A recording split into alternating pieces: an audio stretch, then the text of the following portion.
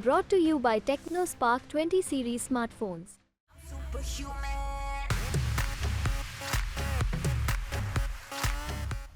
चुनाव राजनीतिक लोगों के लिए सबसे बड़ा इम्तिहान होता है। फेल हुए तो फेल, पास हो गए तो फिर क्या ही कहने। चुनाव का नतीजा आने तक टेंशन रहती है। तेलंगाना के सीएम रेवंत रेड्डी ने चुनाव का लोड बिल्कुल नहीं लिया, बल्कि 13 मई को 17वीं लोकसभा सीटों पर वोटिंग के लिए चुनाव प्रचार होते ही रेवंत रेड्डी ने इंडियन टीम की जर्सी पहनी और पहुंच गए हैदराबाद सेंट्रल यूनिवर्सिटी के फुटबॉल ग्राउंड में किक लगाने।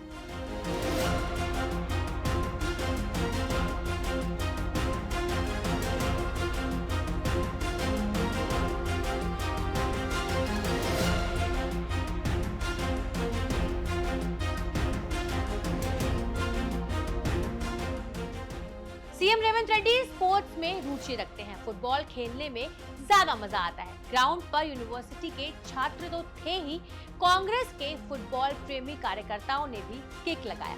मैच की तैयारी पहले से ही हो रखी थी। सीएम रेवंत रेड्डी की जर्सी बाकी खिलाड़ियों से अलग थी। रेवंत रेड्डी 9 नंबर की जर्सी पहनकर खेले, जिस पर रेवंत रेड्डी और इंडिया प्रिंटेड था। Friendly match Hyderabad central university और एनएसयूआई के बीच खेला गया था, जिसमें रेवंत रेड्डी की टीम के कप्तान एनएसयूआई के तेलंगाना अध्यक्ष और एमएलसी वेंकट बालमोर थे।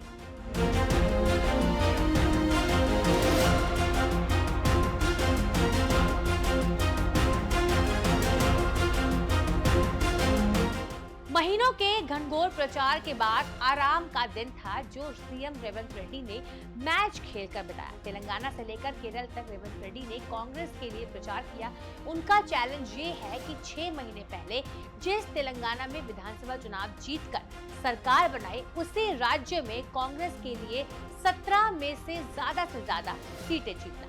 सीएम रेवंत रेड्डी दावा कर रहे हैं कि कांग्रेस के हिस्से में 14 सीटें आ सकती है। चुनाव से पहले हुए ज्यादातर ओपिनियन पोल का भी अनुमान है कि दक्षिण के ज्यादातर राज्यों की तरह ही तेलंगाना में भी कांग्रेस बढ़िया करीब 10 सीटें निकाल सकती है। 2019 के चुनावों में तेलंगाना में कांग्रेस का प्रदर्शन बाकी बहुत सारे राज्यों के मुकाबले बेहतर रहा था। केसीआर की लहर के बाद भी कांग्रेस ने 3 लोकसभा सीटें जीती थी। तब रेवंत रेड्डी कांग्रेस के इतने बड़े नेता नहीं थे। रेवंत रेड्डी ने 2021 में तेलंगाना कांग्रेस की कमान संभाली थी। तब से कांग्रेस ने तेलंगाना में पीछे मुड़कर नहीं देखा। प्रचार के आखिरी दिनों में तेलंगाना आकर राहुल गांधी, प्रियंका गांधी के कैंपेन से वोटिंग से पहले ही कांग्रेस के लिए बढ़िया माहौल बना।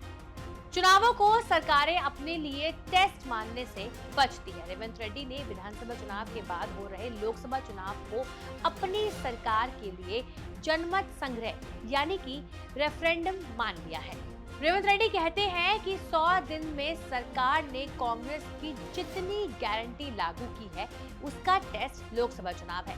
गारंटी का असर दिखाने के लिए ही रेवंत रेड्डी राहुल गांधी को लेकर सरकारी बस में चढ़ गए थे। विधानसभा चुनाव जीतने के लिए कांग्रेस ने महिलाओं को फ्री बस की गारंटी दी थी। इसको ऐसे भी देखा जा सकता है कि रेवंत रेड्डी ने तेलंगाना में चुनाव को राहुल गांधी या फिर कांग्रेस का नहीं, रेवंत रेड्डी का चुनाव बना दिया है। तेलंगाना में कांग्रेस को रेवंत कांग्रेस भी कहा जाने लगा है। कांग्रेस ने पूरा चुनाव रेवंत रेड्डी के कहने पर लड़ा, जिसे चाहा उसी को टिकट मिला। सरकार में नंबर 2 डिप्टी सीएम भट्टी विक्रमार्का की पत्नी को भी टिकट नहीं देने दिया रेवंत रेड्डी ने। सूचना मंत्री पी श्रीनिवास रेड्डी के भाई और कृषि मंत्री टी नागेश्वर राव के बेटे को भी रेवंत रेड्डी के कहने पर टिकट नहीं मिला। कांग्रेस ने विधानसभा चुनाव केसीआर की पार्टी बीआरएस की नाकामी गिनाकर जीती थी। रेवंत रेड्डी ने बीआरएस से उन नेताओं को तोड़कर कांग्रेस को लिया जिनको वो वोट देना चाहते थे, और हुआ भी ऐसा ही। अब ऐसे में देखना बनता है कि आने वाले चुनावों में जीत का जो ताज है वो किसके सर सजता है और किसे चुनाव में हार का सामना करना पड़ता है। बाकी आपकी इस वीडियो पर क्या राय है, हमें कमेंट बॉक्स में जरूर बताइएगा। शुक्रिया।